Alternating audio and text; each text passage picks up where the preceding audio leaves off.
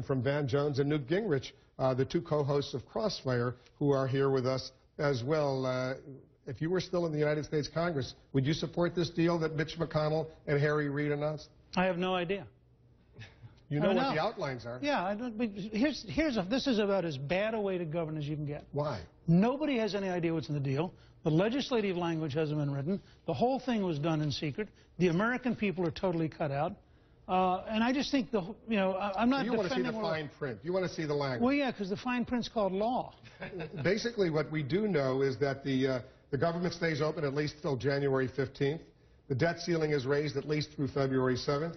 House and Senate Budget Committee members, they try to work out some long-term budget-related issues by December 13th. And there's an income verification clause to Obamacare that's put in to make it difficult for people to commit fraud about their incomes. Those are the basic outlines of the deal. You like it? I like what I know about it. This is a big deal. This wasn't just Obama on trial. This wasn't just the Tea Party on trial. This was the governability of the United States on trial. We went right up against the line. And you had people around the world actually asking the question whether or not our system could work. The heroes are not even being talked about. Amy Klobuchar, we're still talking about Ted Cruz. Ted Cruz went down to a humiliating defeat today as he deserved. Amy Klobuchar, a female Democratic senator who wasn't jumping in front of cameras, who was working her tush off behind the scenes, she should be talked about. The winners today are the people who actually were the adults in the room, who were behind the scenes, who tried to make sure that America did not become a deadbeat country. The governability of our system was on trial, and we passed the test today, and that's the most important thing. You agree? No, look, I think this is a very sad day for this country. Sad day. Sad day. But let me just press you on this. It's a sad day because... It's a sad day, first of all, because the president adopted a strategy of vilifying his opponents and refusing to negotiate, and he worked.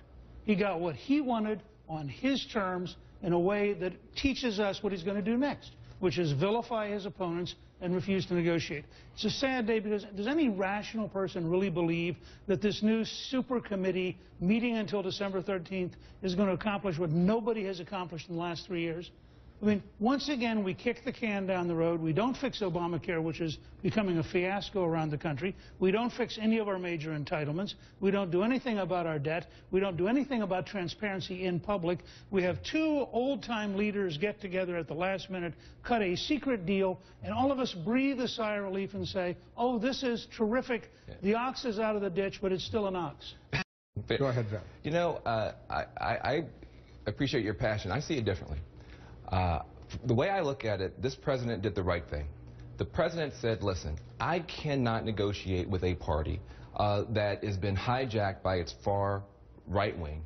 I don't know who to negotiate with. This is not the right way to do business. If you had a neighborhood association and somebody had legitimate concerns, but the first thing they said was, I want my concerns met or I'm going to burn down the whole neighborhood, you can't even deal with their concerns until you deal with that behavior. This president stood up to the bullying. He said enough is enough. And I think, and I tell you what, I am proud of this president today. I am proud of Harry Reid today. I'm proud of McConnell today. I'm proud of Amy Klobuchar. I think Ted Cruz should be ashamed of himself. There's a much better way to get the legitimate concerns of the American people met than this sort of stunt. And I'm glad it did not work. Here's the deal. Nobody wins today, but Ted Cruz loses today, and that's very, very important going forward. This shows you the gap in this country. Yep. Every conservative I know thinks the bully is Barack Obama. He thinks the bully is Ted Cruz. Yeah. I just want to suggest to you, it is not healthy as a country to have this big a divide. Fair enough. And I predict this president will spend the next 2 months further vilifying Republicans and widening the gap even more. Did you read the